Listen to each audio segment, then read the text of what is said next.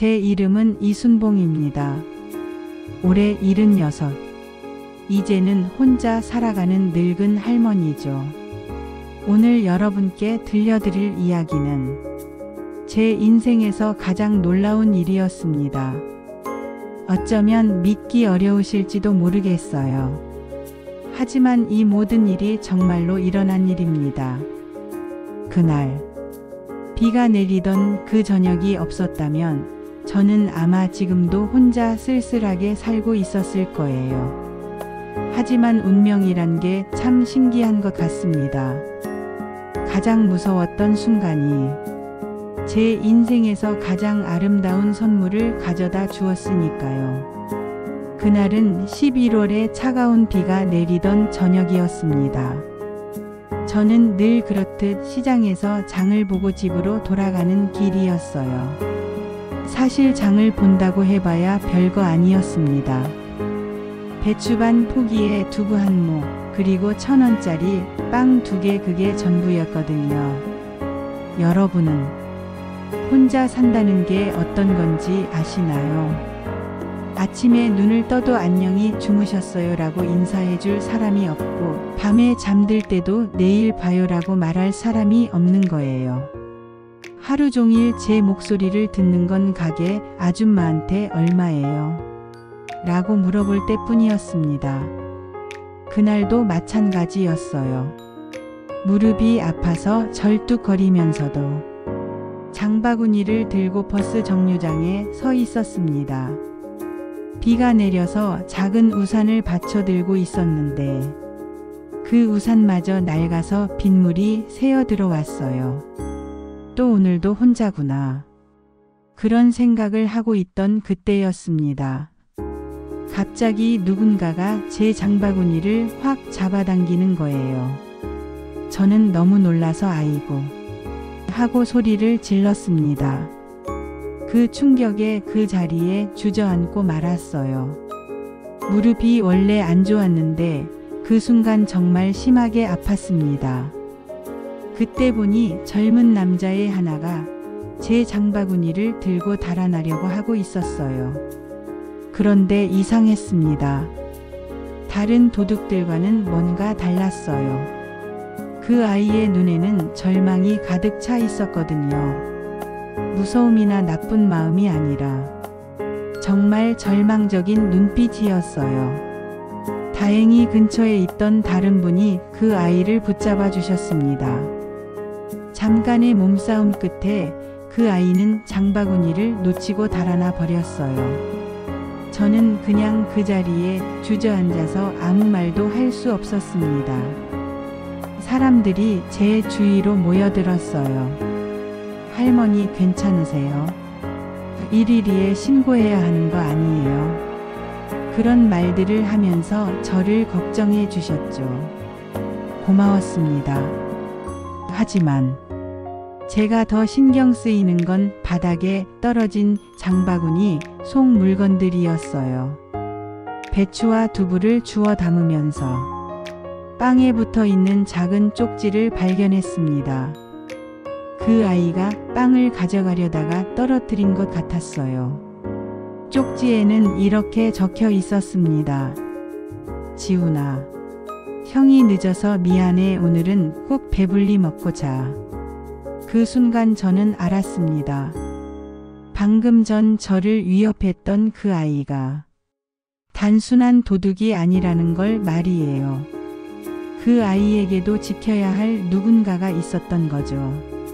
집에 돌아와서도 저는 잠을 이룰 수 없었습니다. 자꾸만 그 아이의 눈빛이 떠올랐어요. 그리고 그 쪽지에 적힌 지훈이라는 이름이 머릿속에서 맴돌았습니다. 저에게도 한때는 그런 이름을 부르며 걱정했던 시절이 있었거든요. 며칠이 지났습니다.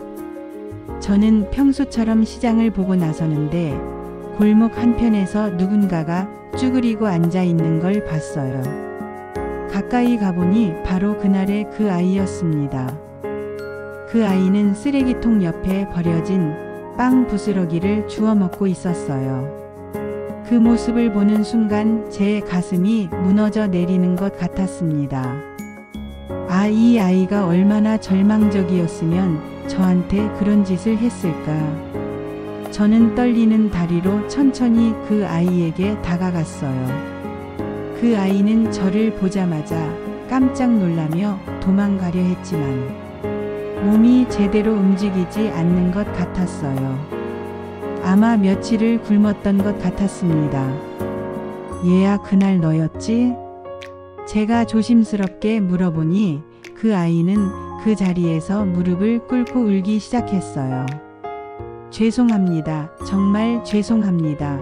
제가 정말 미쳤던 것 같아요. 동생이 너무 배고파해서 제가. 그 아이의 고백을 들으면서 저도 눈물이 났습니다. 이 아이가 얼마나 힘들었으면 이런 선택을 했을까, 그런 생각이 들었어요. 저는 그날 준비해온 김밥 한 줄을 조용히 그 아이 앞에 놓아주었습니다. 얘야, 먼저 이거라도 먹어. 그 아이는 더욱 크게 울음을 터뜨렸어요. 아마 자신이 해를 입힌 사람이 오히려 자신을 도와주는 현실이 믿기지 않았던 것 같아요. 할머니, 저는 정말 나쁜 사람이에요. 아니야, 얘야. 넌 나쁜 사람이 아니야. 그저 절망적이었을 뿐이야. 그날부터 제 삶이 바뀌기 시작했습니다. 저는 며칠에 한 번씩 그 아이를 찾아갔어요. 민준이라는 이름의 그 아이를 말이에요. 시장에서 남는 음식이 있으면 챙겨서 갔습니다. 처음에는 민준이가 받기를 거부했습니다. 하지만 저는 포기하지 않았어요. 얘야, 나도 혼자 사는 몸이야. 너희들을 챙기는 게 내게는 기쁨이란다. 정말이었어요. 오랫동안 잃어버렸던 삶의 목적 같은 게 되살아나고 있었거든요. 누군가를 돌보고 누군가에게 필요한 사람이 되는 것, 그게 저에게는 새로운 희망이었습니다. 민준이는 제 도움으로 몸을 추스린 후에 다시 일자리를 찾기 시작했어요. 쉽지 않았습니다. 하지만 그 아이는 포기하지 않았어요. 그리고 드디어 작은 정비소에서 견습공으로 일하게 되었다고 저한테 와서 말해줬습니다. 할머니, 저 일자리 구했어요.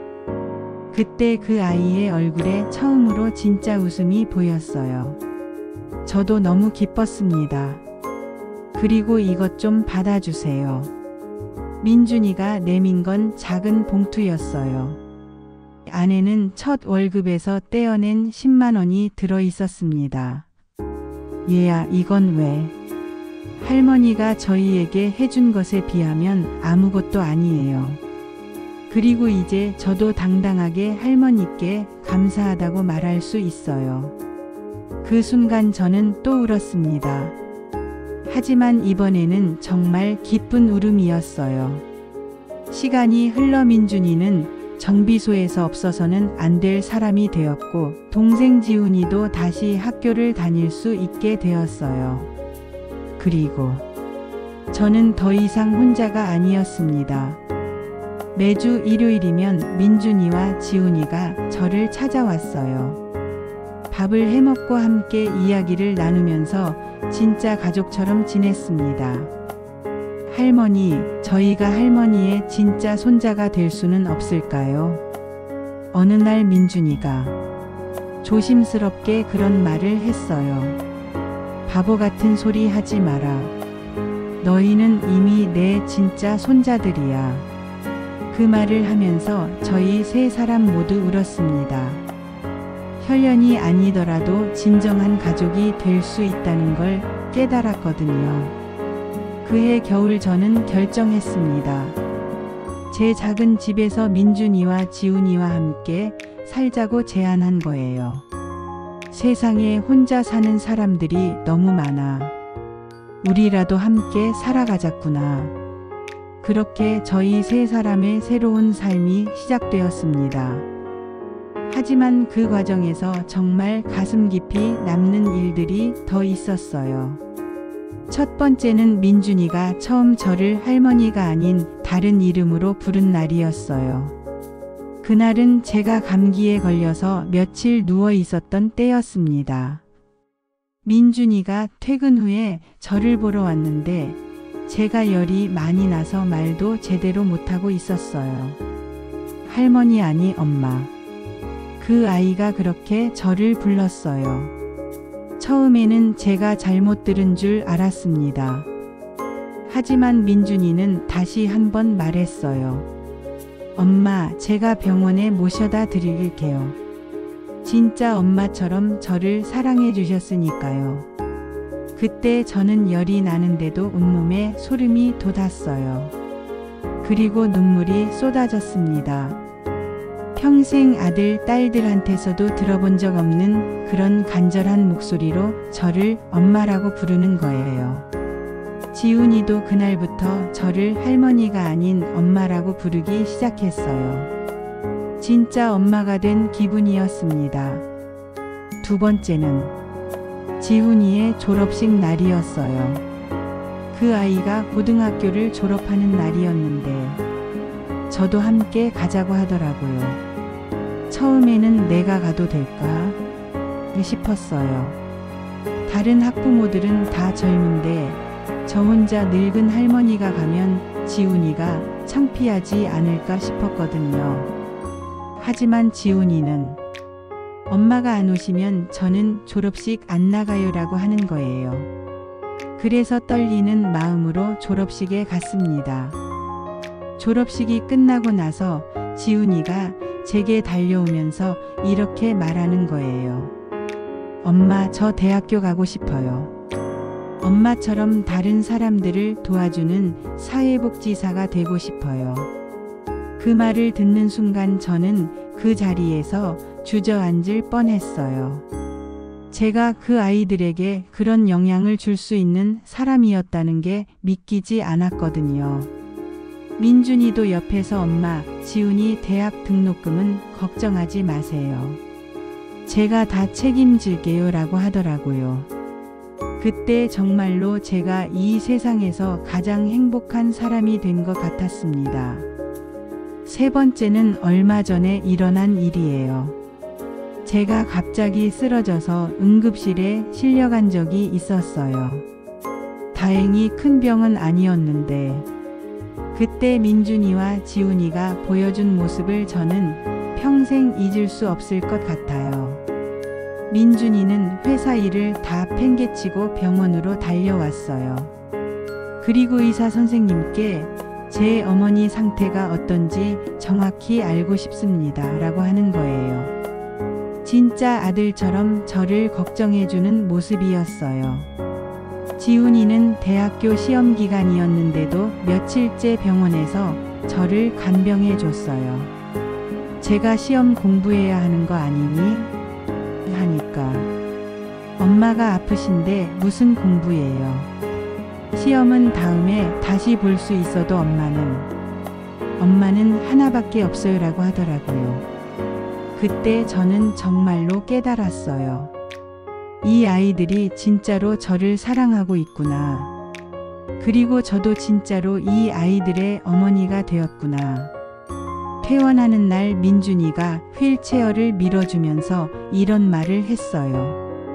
엄마, 저희 때문에 엄마가 몸이 안 좋아지신 건 아닐까요? 저희가 엄마를 너무 힘들게 해드린 건 아닐까요?